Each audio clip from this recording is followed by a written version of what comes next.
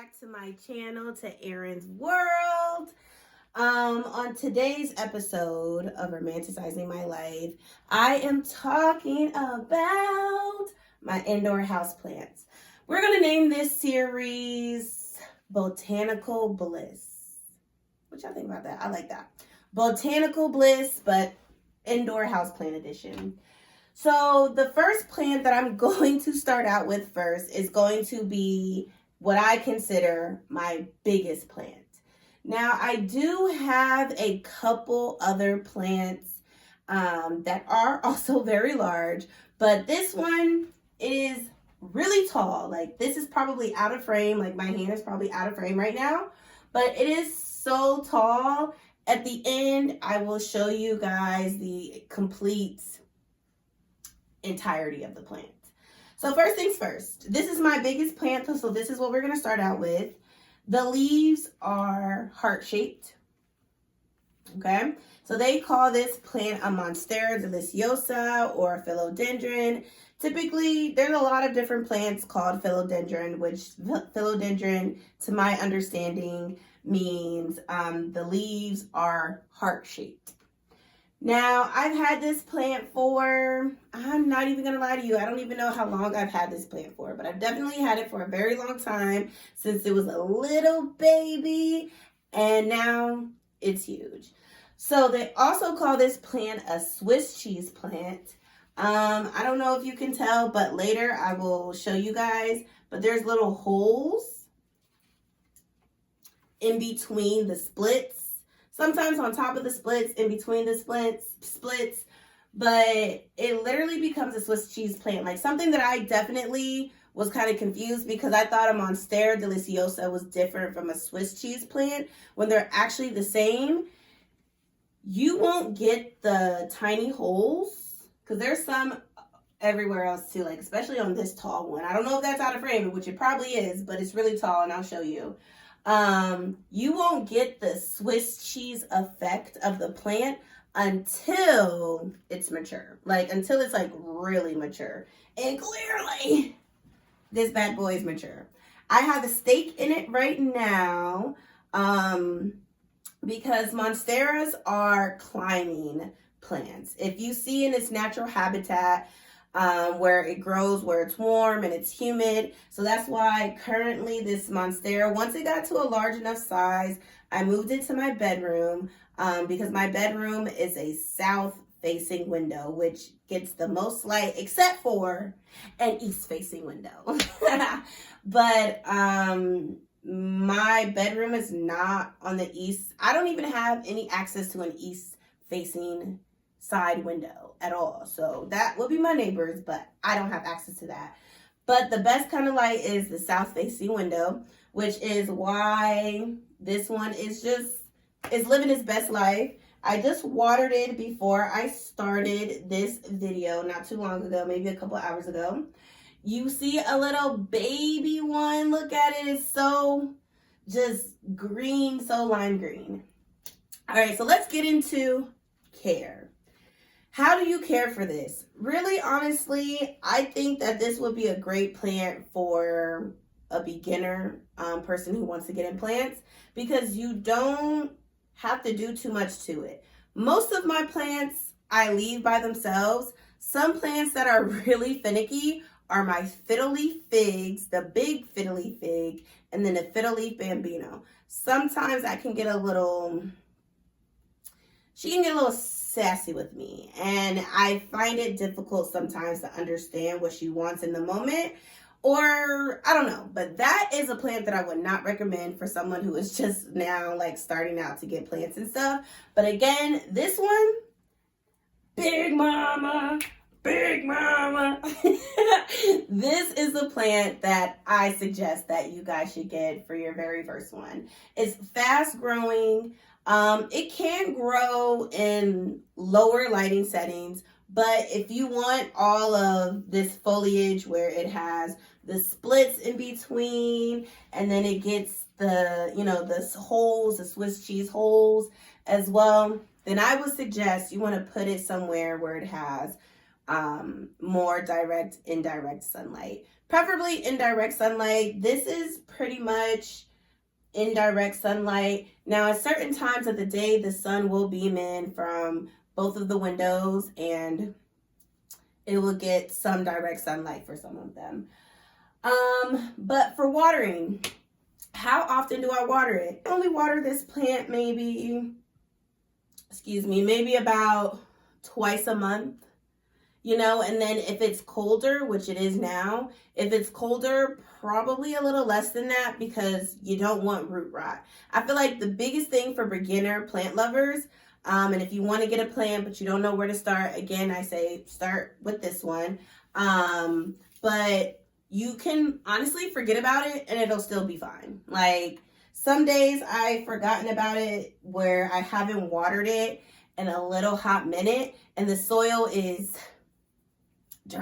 drier than the Sahara Desert.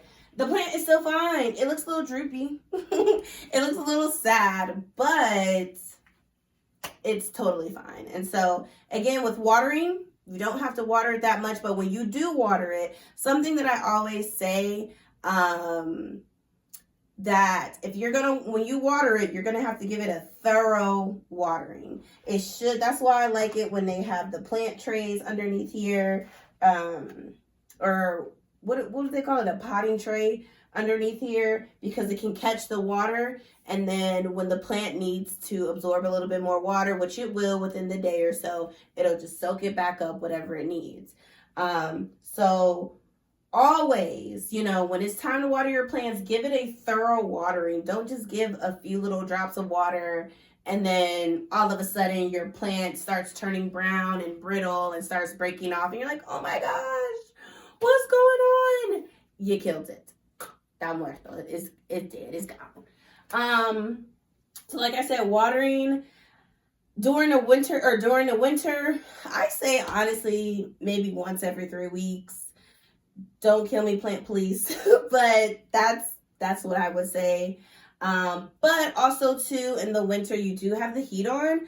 And so the heat will, it's drying. That's why people get nosebleeds and have drier skin, because the heat is constantly on and the air is kind of drier as well. So maybe not once every 3 weeks in the winter, but I'm still going to stand by to that. Once every 3 weeks in the winter.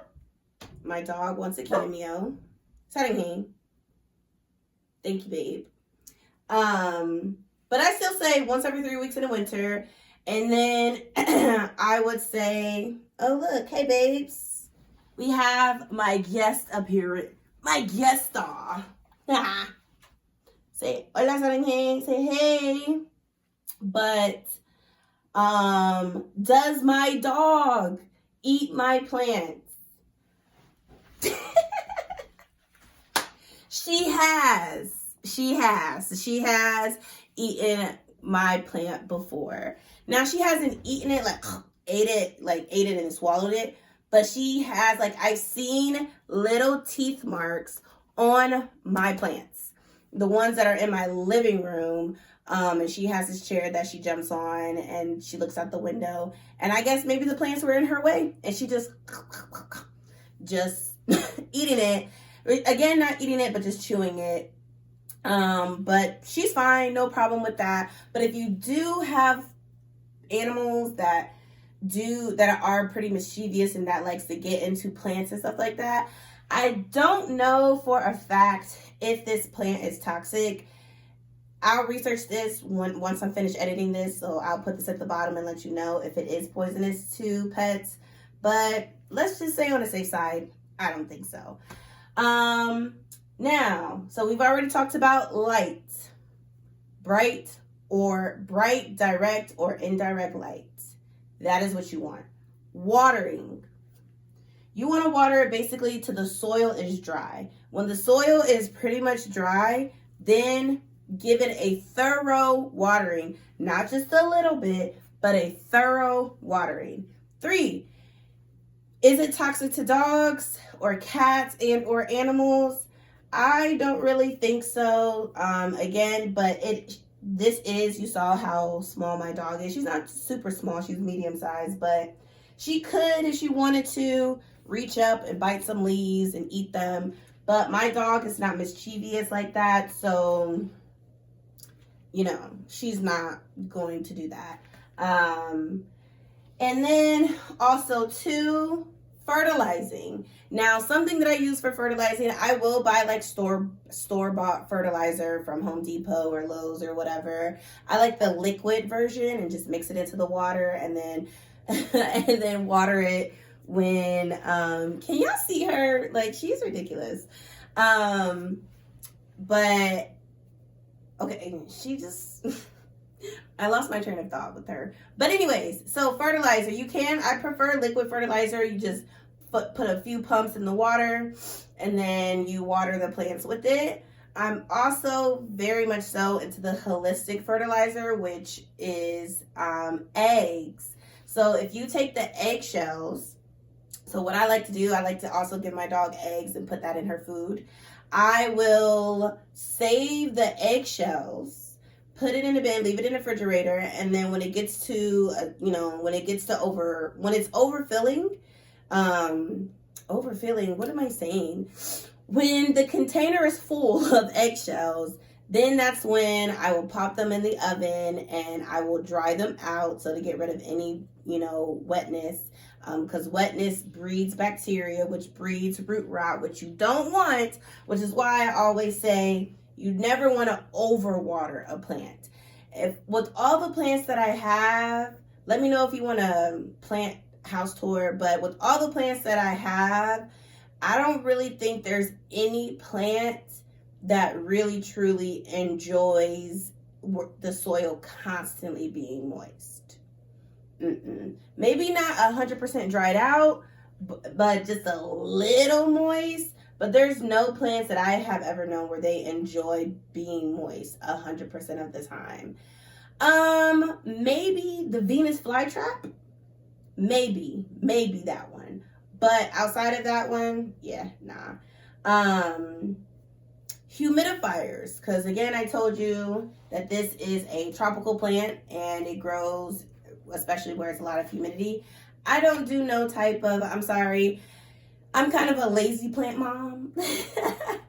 I don't do any type of humidity. I used to when I was a younger plant mom, and I would always kind of spray it with some water, but that doesn't really do anything. It's like the air has to be moist. So sometimes, like if I'm sick, I'll have the humidifier on and it'll benefit the plants. But I think something that is great is when you shower. When you shower, leave the door open because sometimes my windows will get foggy. Or even if I close my bathroom door and I shower and then I open it up, just the warm, moist air is escaping, the humid air is escaping, and it is beneficial for the plants. So that's the most humidity that they're going to get from me. But outside of that, nothing else. I really want to eventually start staking it up. They grow really fast. Now, this amount of growth probably took a few years. I don't even want to say a couple, but it definitely probably took a few years to get this height. And on top of that, I do have it on a stool and not on the floor, so the plants can, so the sunlight can really, so it can really get there. But it's literally less than 6 inches from the ceiling. What's going to happen after that? I don't even know. Like this one right here is almost touching the ceiling. What am I going to do when it gets that height? I don't even know, but we'll cross that bridge when I get there. But you do want to stake it because in its natural habitat, it is a climbing plant. And that's why I use this big, like almost tomato, viney, like produce stake or whatever, to give it something to lean on and for it to grow up. Because when I didn't have it, it grew out and down. And because it was heavy, it was really heavy. And so I definitely wanted to stake it up for sure. And the aerial roots that I have, so there's a lot of aerial roots. So like these brown aerial roots, I will show you guys a picture of that. So the brown aerial roots, sometimes I will cut them, nothing's going to happen to the plant really. If anything, when you prune back the plant, it will grow even more like hair, right? But when it's a long, like a really long, because I used to have like some aerial roots that were really super long, I would just put it back into the soil. I don't know what it does for real, except for what, creating more roots and creating more life, but that is what I put. That's what I do. I put it back in there. It's about springtime now. And so I already do have some eggshells that I've already dehydrated in the oven. And then after I dehydrate them in the oven, then I put them in like an herb crusher, whatever, like an electric herb crusher. And I put it in there to make it all fine and dusty. And so pretty much soon, probably in the next month is what, April? So probably in the next couple of weeks, in the next month or so, I will start fertilizing all of the plants with the eggshells, the dried up eggshells that I have. But yeah. So again, this is my video. So I'm starting this series with plant series called Botanical Bliss. First, again, we started out with my biggest plant, and then next one we will get into my second biggest plant. But if you came here again, please subscribe, like the video, or whatever you're comfortable with. I'm not really trying to force anything on anybody. Again, my channel is about romanticizing my life and just living my life and documenting my life. So something that I am very proud of is the amount of plants that I have. So here is the very top of the plant. You can see where it has more holes, more Swiss cheese holes. I don't know what to call those. But that again is when the plant is mature. It's pretty, like, wow. And it's almost at the tippy top of the ceiling. We have new growth right here. And basically it is on a little mini stool. But for the most part, it's huge. Here it is from this angle. Sorry, the sun is sunning today. But here we are. We have it from this angle. You have some of the leaves are kind of like going into these over here plants on the windowsill. And yeah, I think this one is my biggest leaf. Like, here is my hand. Jeez Louise. It is massive. Massive.